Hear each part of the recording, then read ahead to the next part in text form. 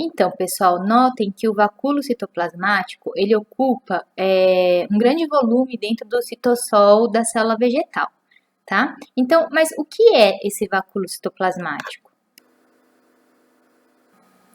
Bom, o vacúolo citoplasmático é a organela mais evidente na célula vegetal. Então, a gente já viu uma imagem de uma célula vegetal no microscópio eletrônico de transmissão e a gente conseguiu observar que realmente ele ocupa grande proporção, podendo ocupar até 95% do volume da célula, tá?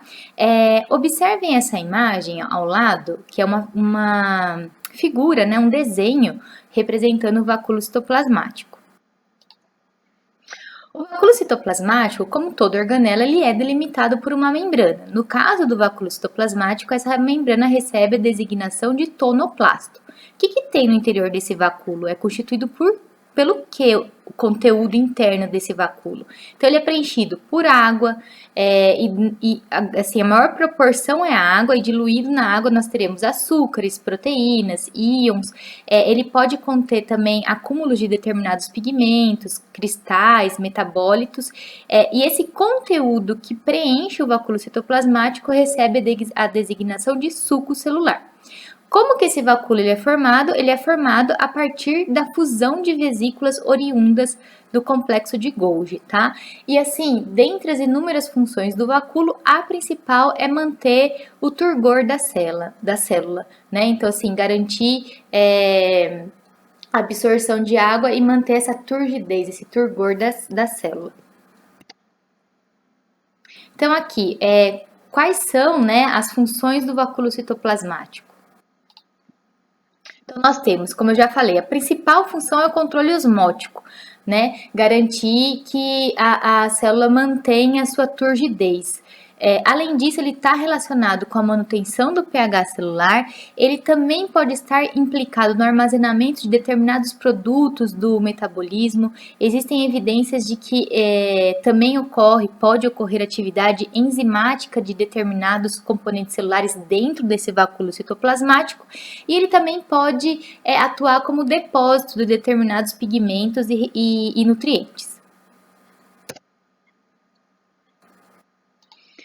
Aqui é só uma imagem demonstrando, né, que esse vacúolo citoplasmático, ele permite absorção, ele garante absorção de água pela célula até um certo limite, garantindo assim o turgor, né, o volume celular.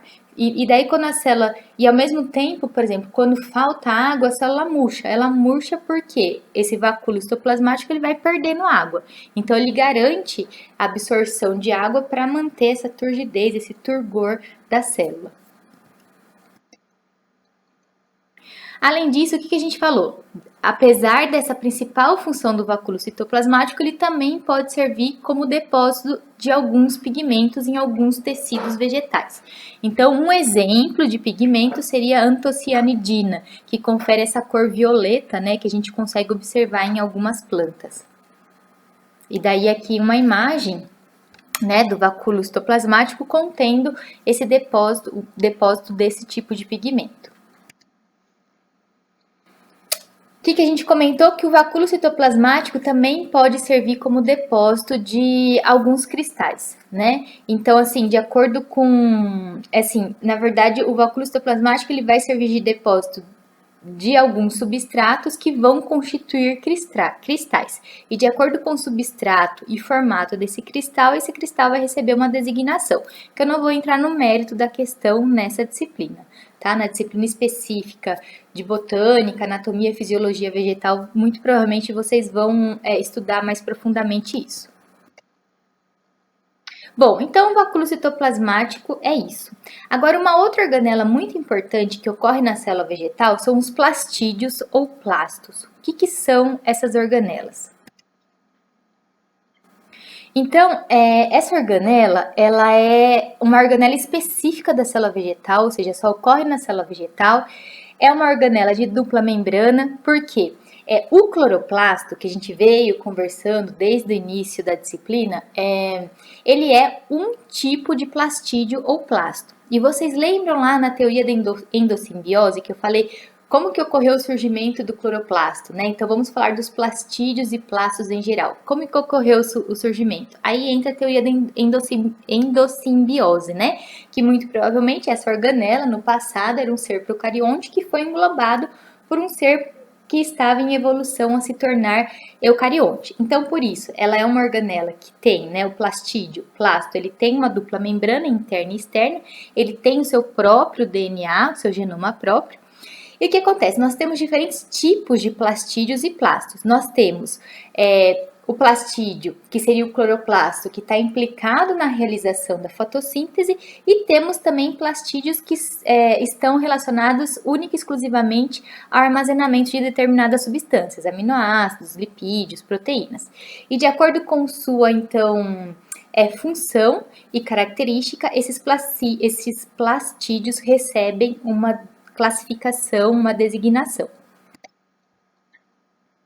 Então, notem aqui como que é a classificação e designação desses plastídeos de acordo com sua cor e função. Então, nós temos dois tipos de plastídeos ou plastos, que são os cromoplastos, que são plastídeos pigmentados, e leucoplastos, que são plastídeos que não são pigmentados. Dentre os cromoplastos, nós temos aqueles plastídeos cromoplastos que armazenam pigmentos que não são fotossintetizantes. Então, nós temos daí os xantoplastos, que armazenam no seu interior um pigmento chamado xantofila, que confere a coloração amarela à planta, ao vegetal.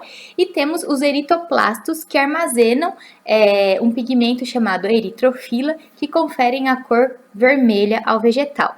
E dentre os cromoplastos, nós temos ainda os cloroplastos, que são aqueles que armazenam no seu interior um pigmento verde fotossintetizante que permite, então, a ocorrência do processo da fotossíntese. Tá?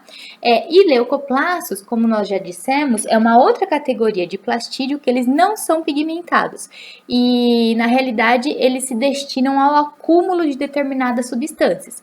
Então, nós teremos os amiloplastos, que acumulam carboidrato, os proteoplastos, que acumulam proteína, e os oleoplastos, que acumulam lipídio. Então, essa é a classificação, esses são os tipos de plastídeos ou plastos que podem ocorrer na célula vegetal. Então, aqui eu coloquei algumas imagens, né, exemplificando cromoplastos que acumulam pigmentos que não são fotossintetizantes. Então, nós temos o xantoplasto, que acumula o pigmento que confere a cor amarela, e daí eu coloquei um exemplo, né, de uma flor aqui de coloração amarela, e nós temos o eritoplasto, que armazena pigmento de cor vermelha, tá? E daí eu coloquei um exemplo ali também de um vegetal de coloração vermelha. E os cloroplastos, que são um tipo de cromoplasto que tem no seu interior um pigmento verde fotossintetizante que possibilita a ocorrência da fotossíntese. Então, aqui vocês conseguem ver no interior da célula vários cloroplastos em verde. O que é a fotossíntese? De maneira simplória e superficial, porque nós teremos uma aula específica para tratar disso, a fotossíntese é o processo no qual, a partir da presença desse pigmento que possibilita a absorção da energia solar, a célula vegetal ela consegue transformar gás carbônico em água, em glicose e oxigênio. A glicose fica acumulada como reserva energética para ela e o oxigênio é lançado para a atmosfera. Então, esse é o processo de fotossíntese de uma maneira simplória. Mais adiante, nós vamos ver como que ocorre, quais são os processos implicados dentro desse contexto da fotossíntese.